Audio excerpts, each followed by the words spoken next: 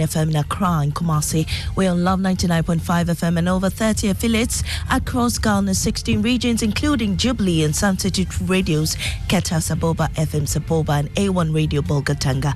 Get radio, TV and online content on the myjoyonline.com interactive app for Android and iOS devices. Coming up, some leading members of the New Patriotic Party demand urgent reforms, warning the party risks going into opposition if matters of unity and reconciliation are not immediately addressed. Let's try to be ostriches. There's something very seriously wrong with the party. Everybody accepts that we are not in a good place.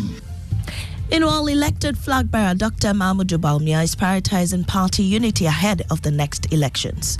Now let us join together. I am determined to work with all of them and all our supporters to achieve the party's ambition of breaking the 8. Also, health officials are reporting alarming health concerns among residents in communities whose source of water have been polluted by illegal mining. Some of them came here with frequent urinating and also burning sensation when they are urinating. That's coming up in part 2 of our latest Hotline documentary titled Poison for Gold in Business. Interest rates up for the 36th week running as government records 33.01% oversubscription of treasury bills. We've got details on the Joy Business Report. And later, 5 days after the health minister ordered the immediate reopening of Kolebu Teaching Hospital's renal dialysis unit to outpatients, the facility remains closed. The unit itself is working, but they are just doing the inpatient and the emergencies. But the OPD is still not open to her. I am Amiesi Nyamiche Thompson. Details now. We start with politics. The governing New Patriotic Party presented a united front on an elevated platform erected at the forecourt of the Ohenijan Sports Stadium after the presidential primary that elected Vice President Dr. Mahmoud Bawumia's flag bearer for the 2024 elections. But behind the smiles lies deep-seated animosity and mistrust among some, including leading figures. Former Chief of Staff Kwadwo Mpiani and one of the defeated aspirants are calling for immediate reforms to address their concerns. More on them shortly, but first, here's a recap of the conference.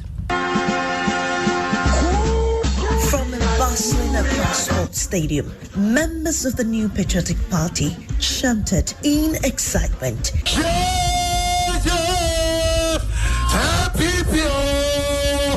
And by our computation, Dr. Mahmoud Bawumia had 61.47%. The EC's verdict solidifying the victory of Vice President. So Dr. Mahmoud Bawumia is duly elected as their flag bearer. Contenders took turns to gracefully concede defeat. But the night's true surprise came from Kennedy Ejapong, a contender who had vowed and delivered a captivating showdown. In 2024, we have to come together and give NDC a showdown. Yet, the spotlight ultimately shone on Dr. Mahmoud Bawumia, who used his victory speech to rally not only the support of his fellow contestants, but also the collective spirit of the members of the party, forging a united front for 2024. Distinguished ladies and gentlemen, I shall govern as my own man with guidance from God Almighty. Well, President Akufo-Addo, who was there to support his vice, promised to ensure that the opposition NDC never comes back to power.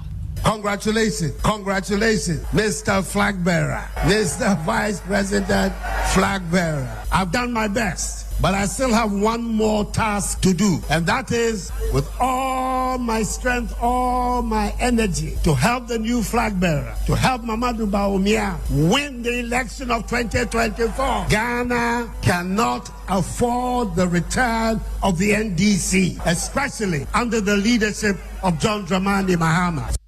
Well, former Chief of Staff Kwadwo Mpiani says there are problems that must be addressed. I believe that there is a problem within our party. That's my belief. After talking to people, after watching what's going on, my hope, my prayer is that the leadership will open their eyes, their ears, listen, see, and try to bring people. We should be open.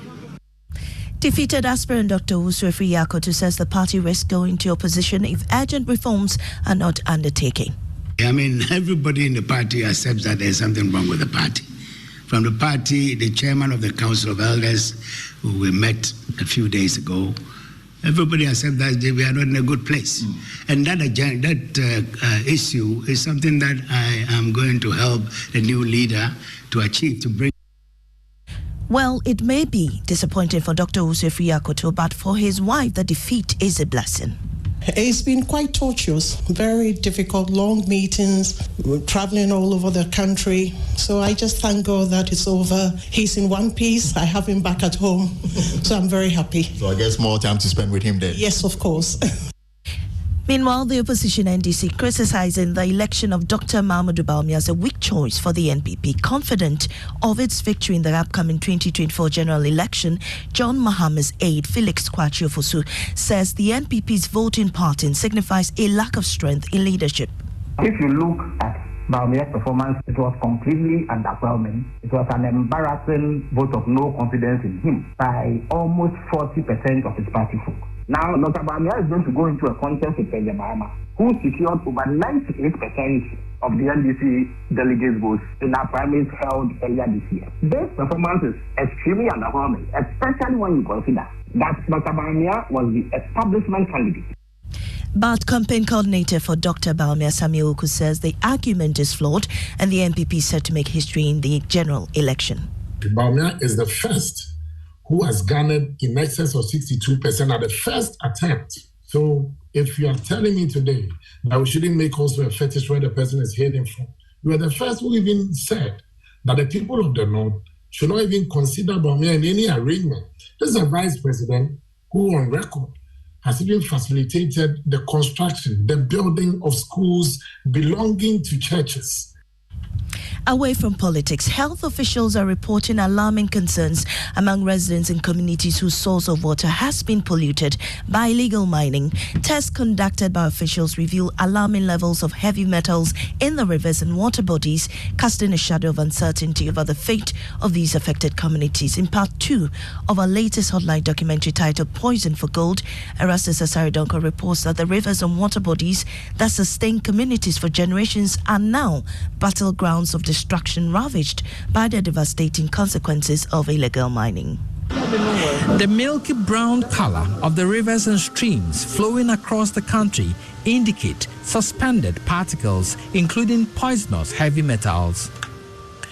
2 years ago, residents of Ewusiejo in the Ahanta West district of the Western region were drinking the polluted water, but soon they started experiencing strange afflictions, as recounted by Theodora Yamwa, a nurse in charge of the town's CHIPS compound. Some of them came here with frequent urinating and also burning sensation when they are urinating, and also some came with skin rashes. Erastus Asaridonko's report. The Honorable Minister have directed the Chief Executive of Polibu to, as a matter of urgency, make the place open and issue statements to the general public for Ghanaians to know that the place is open.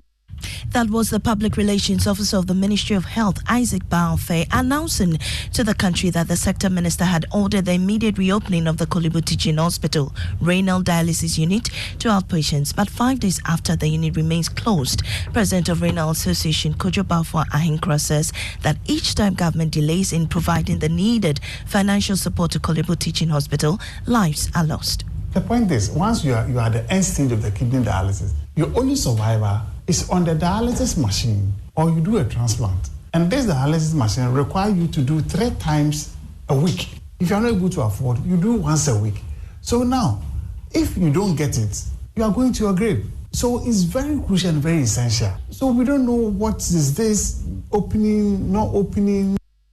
The Office of the Special Prosecutor says its inability to prosecute Charles Dubois for influence peddling is due to deficiency in the country's corruption laws.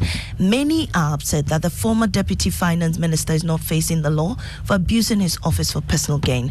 Dr. Dubois was caught on tape using his political connections to gain undue advantage in a business deal by Tiger IPI. His actions have many against him calling for his prosecution. But Director of Strategy, Research and communications at the Office of the Special Prosecutor, Samuel Apiadako, says state resources cannot be used to prosecute him without evidence and the appropriate laws. What he has committed would be offense in many other jurisdictions, but currently as we speak, we do not have a particular law that we can use to succeed in a court of law.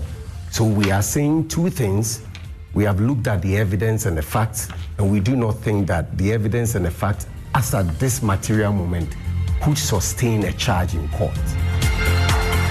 And yet, Director of Strategy, Research and Communications at the Office of the Special Prosecutor, Samuel Apiadako, speaking on the law on Sunday. That's it for the bulletin. In our top story, some leading members of the NPP demand urgent reforms, warning the party risks going into opposition if matters of unity and reconciliation are not immediately addressed. I am Amiesi Nyamiche Thompson. Business is next on the Super Morning Show.